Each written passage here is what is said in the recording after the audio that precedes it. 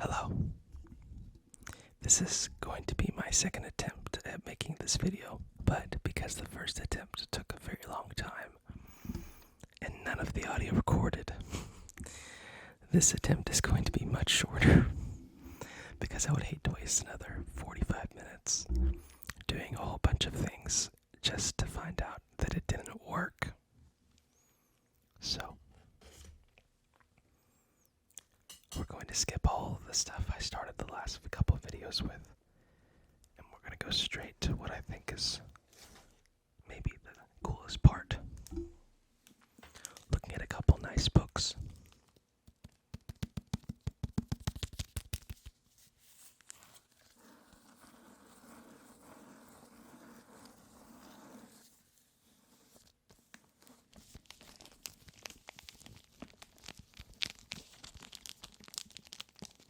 As you can see, this is Silent Spring by Rachel Carson. Incredibly important book. This is the book that started the environmental revolution, environmentalism. There really was no public outcry against anything that we consider normal standards of pollution or biodiversity loss, deforestation.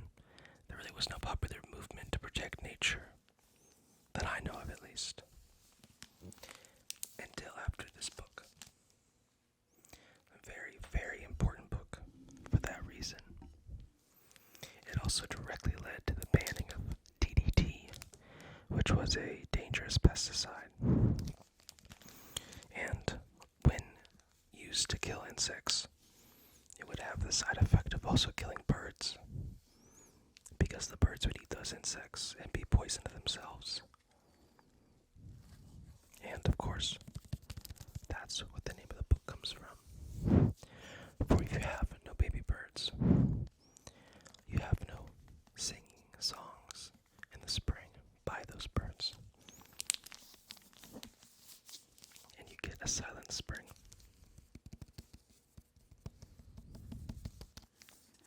This book used to belong to a library, so it has that amazing smell, and also the crinkly plastic wrapping.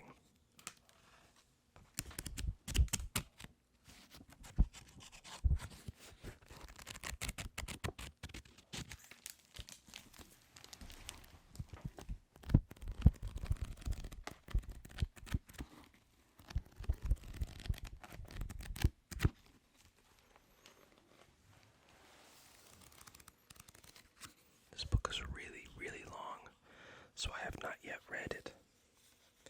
But I would like to, because it's a classic. It changed the world.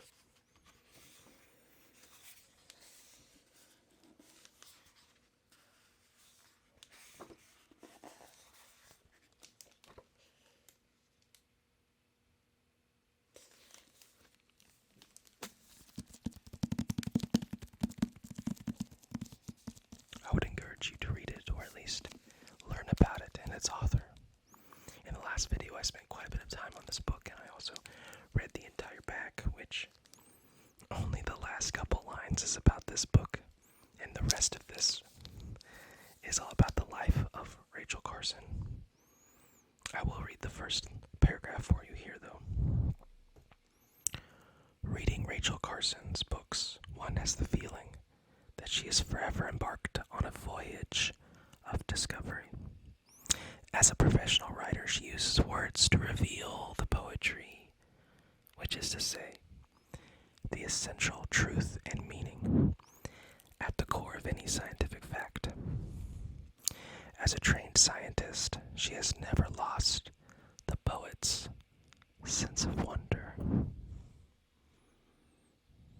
It must be a good book if it not only got so much accomplished, but so many people to read it, because you don't get your average person to read a book this thick about the environment, especially back then. And this was first published in 1962, 2 years before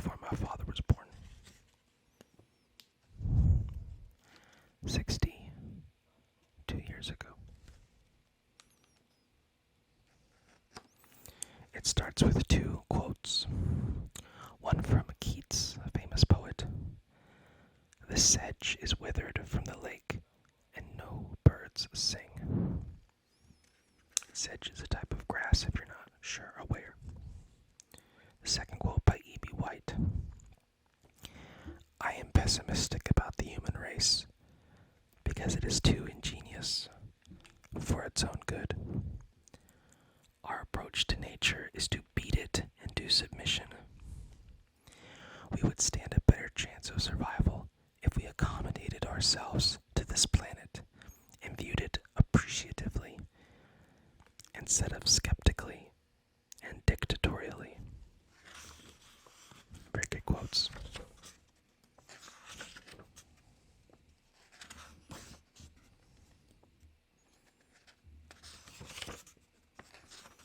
I will also read just the names of the different chapters because many of them have great names. And here's some free inspiration for some band names for you guys out there too. A Fable for Tomorrow. The Obligation to Endure. Elixirs of Death. Surface Waters and Underground Seas. Realms of the Soil. Earth's Green Mantle. Needless Havoc. And No Birds Sing. Rivers of Death. Indiscriminately from the Skies. Beyond the Dreams of the Borgia. The Human Price. Through a Narrow Window. One in Every Four. Nature Fights Back. The Rumblings of an Avalanche. And finally, The Other Road.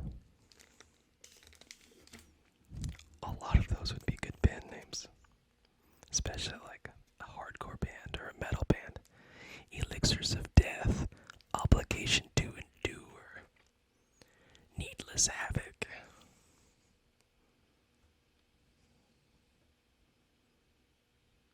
A lot of these are good names.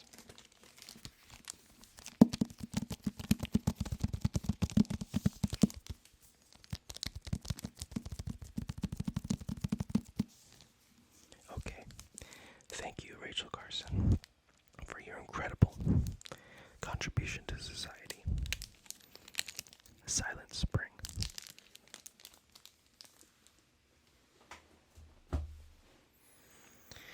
Next, we have another incredible female scientist who you've probably heard of. A book by none other than Jane Goodall.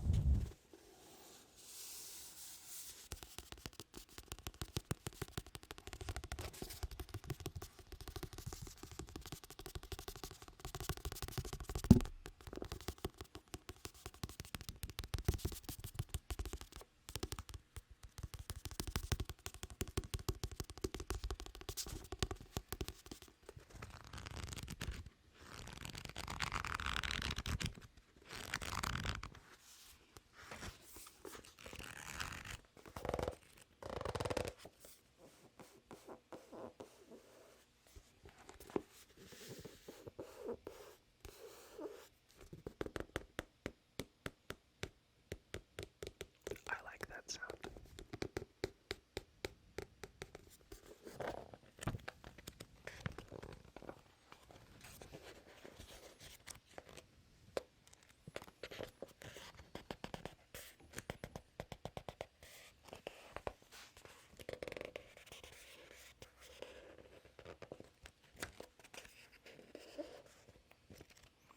This book came out in 2005, which, for reference, may not sound like that long ago, but it was. It's almost 20 years ago. George W. Bush was still president. YouTube didn't even exist yet. I think it came out in 2006. Facebook, Instagram, Twitter. In fact, the iPhone was not yet invented. A lot has changed, and yet the advice that's in this book must have seemed extraordinarily progressive at the time, is still very relevant. There's a few things that I think she worries about that are not entirely catastrophic, but for the most part, first off, who am I to critique Jane Goodall? But 20 years of hindsight does give us some knowledge that she couldn't have had, of course. But overall, very good advice for the average person seeking to eat mindfully, which is what this is called. Harvest for Hope, a guide to mindful eating. Quite a beautiful photo on the cover as well. I'll read you the quote at the bottom by John Robbins. One of those rare, truly great books that can change the world. I'll read you the back. With a firm but gentle touch, Dr. Goodall paints a global landscape in which corporations own the rainwater, patent the earth's seeds, and produce mysterious frankenfoods. Offering her hopeful, stirring vision, she introduces us to inspiring everyday heroes, like a third-generation farmer who battled Monsanto and won, French activists who protest against genetically modified crops, and John Mackey, the founder of Whole Foods, who has vowed to sell only ethically sourced and raised animals and products.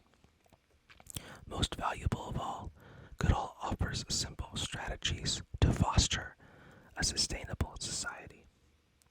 By eating organic, shopping at farmers markets, and taking other mindful measures, we can do our part to reclaim our food, our health, and our planet. And we must start now.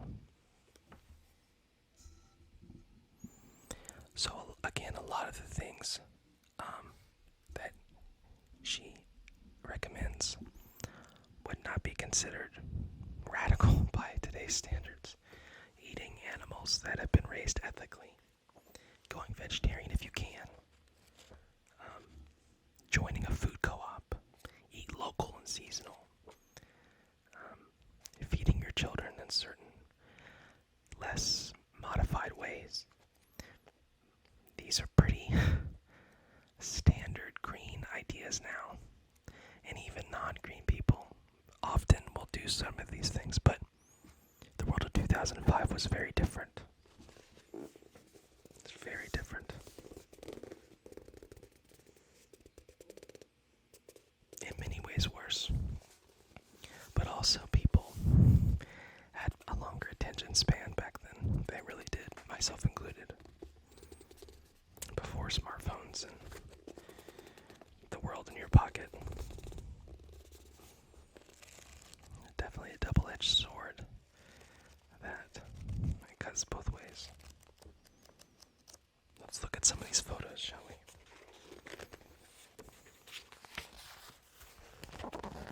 Here we see a factory farm, I believe, a chicken factory farm. If you're not aware of factory farms, you should look them up. It is worth it to pay $2 for eggs instead of $1. If you saw the condition that those chickens live in. Here's a picture of a duck being force-fed. That's how some French delicacies are made of duck and goose liver. Here's a good photo here of a local farmer treating his animals correctly. Here's some photos of chimpanzees.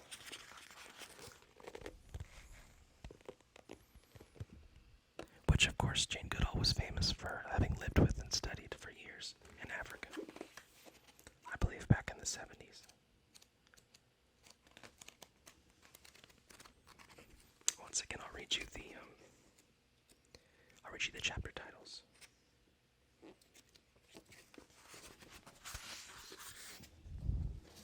Chapter 1, Animals to Us. And there's subtitles, but I don't think I'll read all those. Chapter 2, A Celebration of Cultures. Chapter 3, How We Lost Common Sense Farming. Chapter 4, Seeds of Discontent. Chapter 5, Animal Factories, Farms of Misery. Chapter 6, Farming Animals, Hazards to Our Health. Chapter 7, Helping Farm Animals Live Better Lives. Chapter 8, Ravaging the Oceans and Seas. Chapter 9, Becoming a Vegetarian. Chapter 10, Global Supermarkets.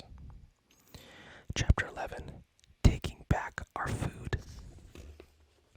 Chapter 12, Protecting Our Family Farmers. Chapter 13, Eat Local, Eat Seasonal. Chapter 14, An Organic Wave. Worldwide. Chapter 15, At Home and at School, Feeding Our Children.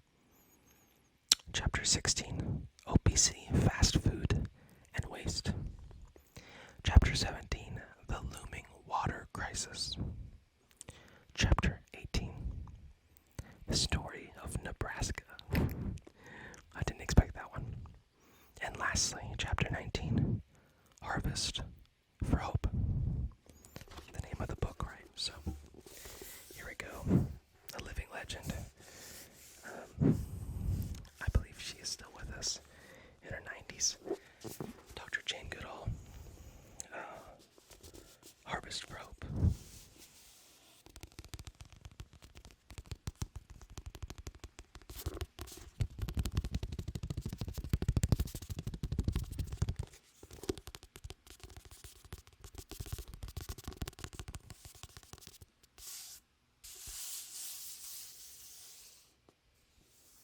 Alright, well, I think that's going to do it for tonight, especially considering this is my second take of this long video. The first one would have been about 30 or 40 minutes long. I like them long because I usually use these to fall asleep too. And I'll watch all the way through the first time, but then kind of like somebody putting on a TV show, if it's long, I can fall asleep to it after I've seen it the first time because I know what's going to happen. And I might even find certain parts that give me extra tingles or that I like best. So this is my first real video attempt at doing any of these things. So I hope you enjoyed it. And I hope this take works. So we'll sign off with my little friend here. One of the first ever ASMR artists. Although he didn't know he was doing it. Mr. Bob. Mr. Bob wants to say hi, and that he hopes you're doing very well. And to remember that life is full of happy little accidents and little friends that you make along the way. So with that, Bob and I will say goodnight.